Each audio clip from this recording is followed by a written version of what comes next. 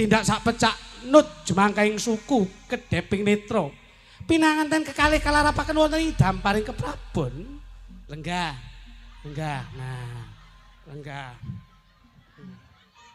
sampun kawis tinggal temanten kekalih lelenggahan kursine kok ogre-ogre anggenipun panggih pinanganten ing samangke Kanjeng Rama ugi Kanjeng Ibu atur pangestu dumateng pengantin kalih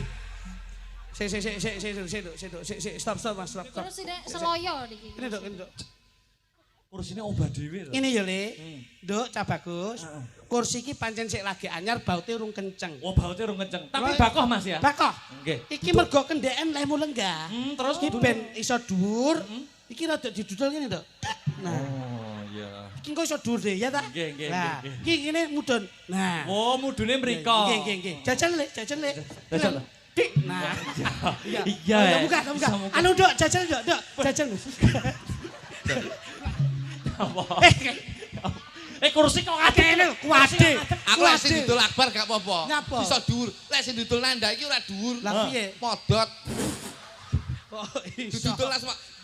Dadi kursi kok pakaian polah iki lho. Ayo. Wah. Kok kamu manget ndak? sing pundi sing kula sing mriki kok Nah. didudul niki Aja. apa dudul lah Suwaplok ini. Meneng ae engko tak dudule dhewe. Kursi tung. Ing samangke hanggenyo pinanganten kalarapaken wonten ing damparing keprabon. Pindha widodari tumurun saking kayangan ingkang kakung pindha satriya piningit ingkang bathuke katon cumlorot jam 12 bengi kadya tukang nyuluh kodhok. Obah itu. Ing samangke Rodok munggah.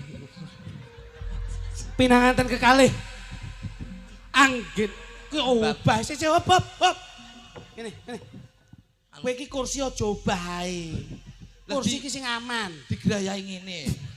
Sing grayahi sapa? Mantan lanang lho. Lho, sing wedok ora grayahi. Meneng ae. Lho, lah kok ora digrayahi sing wedok piye? Graya ono. Weh. Kursi kok duwe karep lho.